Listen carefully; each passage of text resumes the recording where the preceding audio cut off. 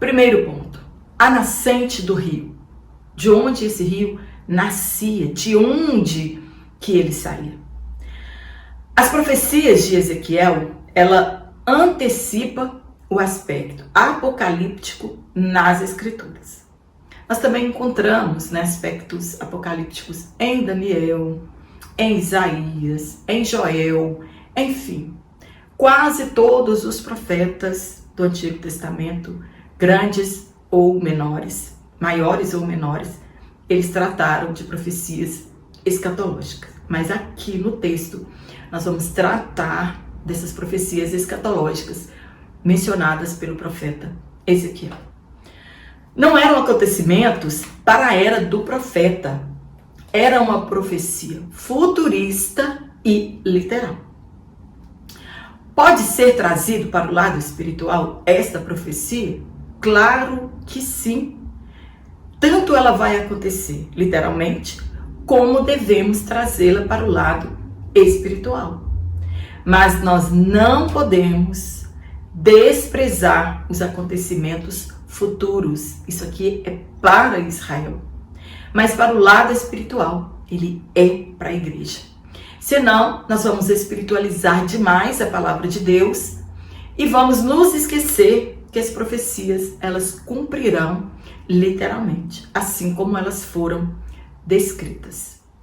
A afirmação dada para ser um templo literal é que Deus, ele não daria medidas. Se isso aqui só fosse espiritual, para que Deus daria medida de templos, lugar, espessura de muro, altura de muro, distribuir os lugares para os sacerdotes, quartos, altar? Não ia precisar dessas coisas, né? Com tantos detalhes e com tantas minúcias. Ele simplesmente levaria Ezequiel em espírito, né? E lhe diria que prestasse bem atenção. Foi isso que Deus disse. Se isso fosse apenas espiritual, aquele anjo do Senhor, ele não trataria dessa forma. Ele falou: olha, Ezequiel, eu te trouxe aqui, nós já comentamos na aula passada, para que você preste bem atenção, olhe todos os detalhes e passe o modelo aos israelitas. E se fosse algo apenas espiritual, ele não trataria dessa forma. 2 templos foram destruídos, o feito por Salomão e por Zorobabel / Herodes. Eram templos reais que foram destruídos.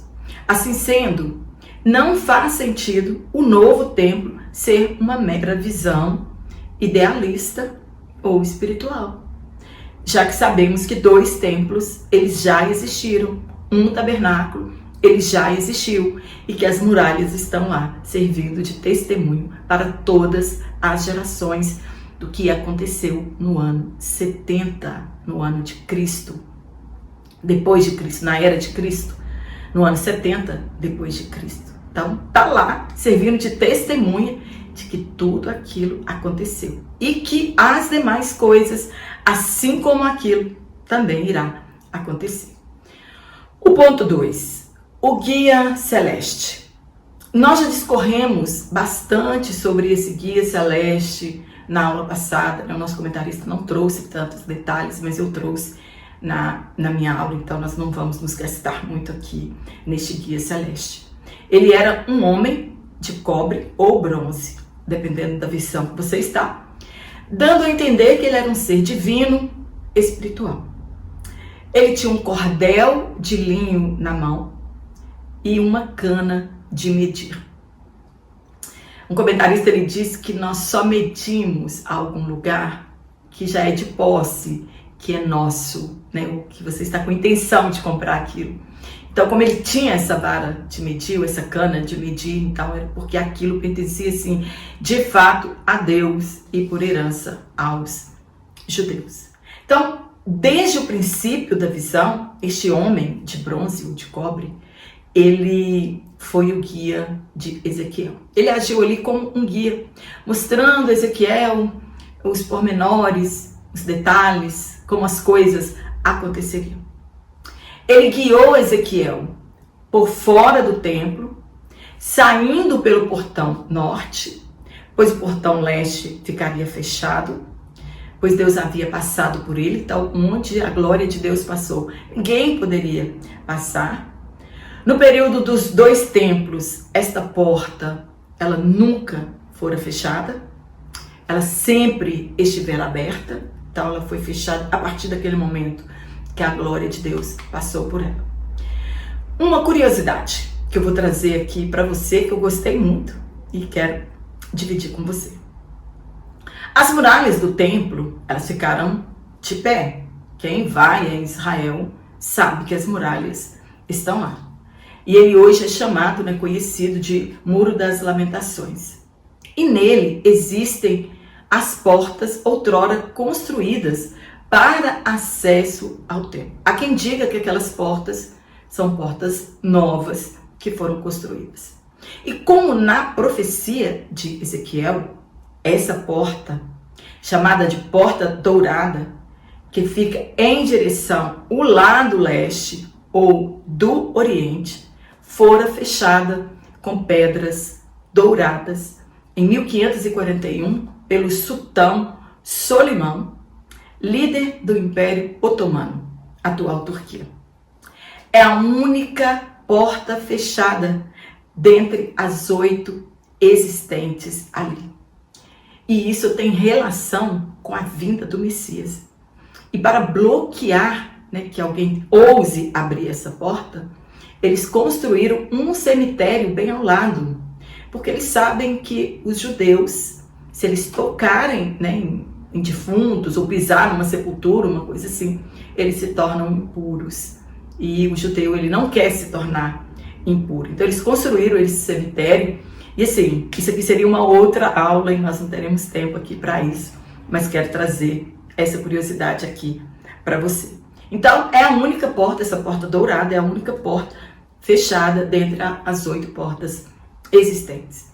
Isso tem relação com a vinda do Messias, porque ele entrará por essa porta, pois a profecia de Ezequiel diz que somente o príncipe pode passar por ela.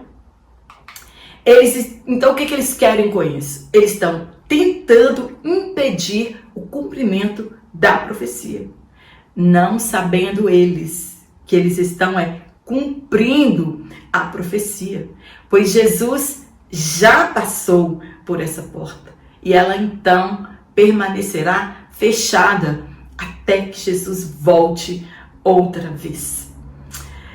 Isso aqui é outra aula, viu, gente? Mas eu estudei, eu achei assim, isso maravilhoso. Eles não sabem que quando Jesus vir, ele abrirá um novo e um vivo caminho. Porque quando ele descer no Monte das Oliveiras, o monte se fenderá ao meio e será aberto, então, um novo caminho. No ponto 3, os novos frutos. Essa visão é apocalíptica e escatológica. Existem algumas semelhanças e algumas diferenças entre o templo do milênio e o período da eternidade. Na eternidade, são novos céus e nova terra, subentendendo então que não precisará de águas purificadoras e que haverá uma nova humanidade. Então, as pessoas que estarão na eternidade são pessoas que já foram curadas, saradas do pecado, estão ali purificadas já para habitarem nos novos céus e na nova terra. No milênio, sim, tudo precisará ser restaurado. A água, a terra, enfim, será um tempo glorioso também. Porém, ainda não será um lugar de delícias. E na eternidade não haverá mar. E aqui no milênio tem o Mar Morto que será transformado, que suas águas serão purificadas. Então, aqui não está se tratando da eternidade, dos novos céus, da nova Jerusalém, descida do céu, e sim do milênio.